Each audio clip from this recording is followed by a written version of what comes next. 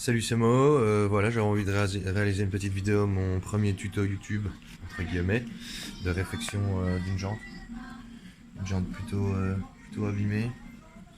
Et essayer de la refaire le plus proprement possible avec un Dremel et du papier de verre. Là, on voit que j'ai déjà passé un tout premier coup de Dremel, ici. Et voilà ce qu'il reste à faire.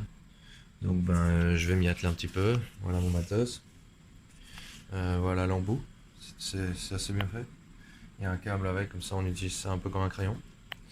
Et puis c'est de la marque Ferme, je sais pas si... ferme ta gueule, peut-être que c'est, j'en sais rien. Donc voilà mon premier tuto. Je me lance, on va voir un peu ce que ça raconte.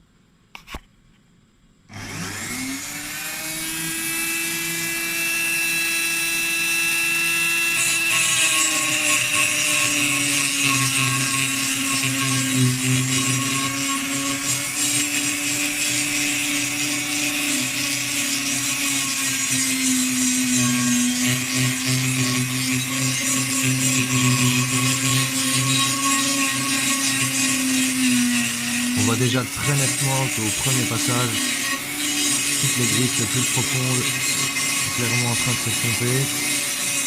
Et les petites griffes, étant donné qu'on enlève un peu de matière, on ne voit plus du tout. Je pense que c'est une bonne solution pour les gens qui sont frottés contre les bordures, mais qui ne sont évidemment pas voilés ni avec un énorme plat. Donc on reprend un petit peu à chaque fois sur le bord pour essayer toujours de garder l'arrondi. Voilà, on voit bien que l'arrondi est facilement réalisable en partant de la tranche en remontant légèrement.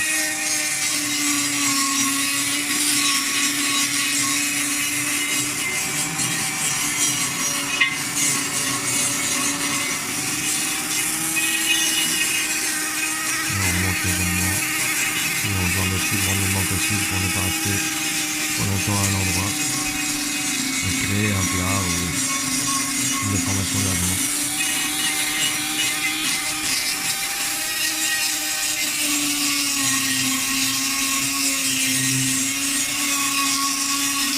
Voilà, bon, je vais arrêter la vidéo, je vais terminer puis je ferai un petit tuto quand j'aurai terminé tout dans la... Merci d'avoir regardé.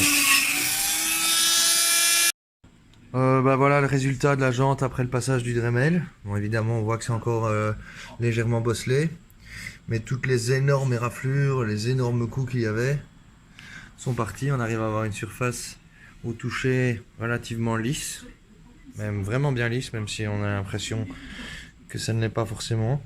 Donc là maintenant, prochaine étape, on prend du papier de verre assez gros. Ici j'utilise du 80, vraiment uniquement pour le bord. Du tout simple, hein. Et on va essayer de redonner quelque chose d'encore plus propre. Voilà le résultat après le passage au 180. Donc on voit clairement qu'il reste encore des légères bosselures.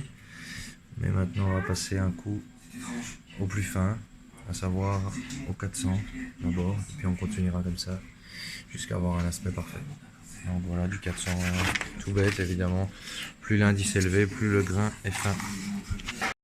Voilà, donc après avoir passé le 400, le grain moyen on va dire, le résultat est déjà pas mal. On voit vraiment qu'il n'y a plus aucune bosse. Quelques-unes ici, mais lorsqu'on touche, c'est vraiment très très lisse. Donc, par rapport à avant, on récupère une jante en relativement bon état pour vraiment pas grand chose. Il y a d'ailleurs des personnes qui repeignent leurs jantes sans faire ça. Et moi ici c'était dans le but de repeindre, mais alors je préfère 100 fois prendre un peu plus de temps. Ça prend une demi-journée environ par jante et on a un chouette résultat.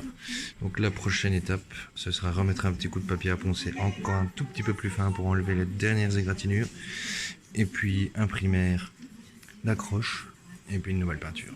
Voilà, c'était moi, j'espère que ça a pu vous aider. Bonne journée à tous.